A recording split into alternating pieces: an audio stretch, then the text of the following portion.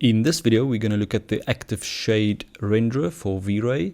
So first of all, let me just quickly explain to you guys what activeshade is.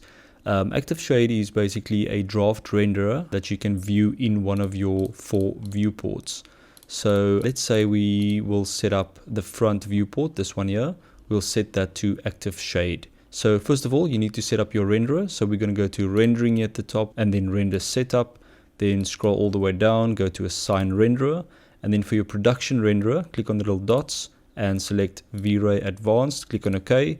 And then the next step is under activeshade, or next to activeshade, click the little dots again, and then you're going to select V-Ray RT and then click on OK, and then you can close your render setup. Okay, the next step is to change your front viewport to perspective as well. So right click on front and then go to perspective. And that will basically just give you a perspective view in this viewport as well. And let's just set up a quick scene here at the bottom. So let's just draw a box and let's draw a sphere maybe on top of that.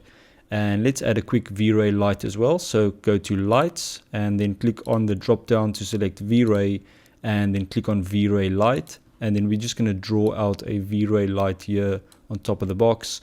And go to move, and let's just move that light up a little bit so we can actually see the light falling on these objects.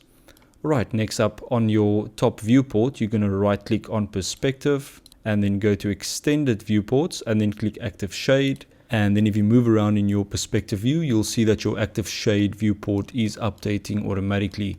And this is basically a draft render, so you can easily see how your scene is going to look like. The lighting will be more accurate here.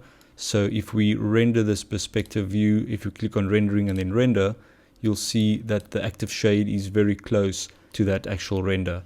So it's just a real quick way to see how your scene is going to look like, how your shadows will look like, and your lighting, etc., without going into rendering every time and waiting for your render to complete. So really handy, and yeah, that's activeshade.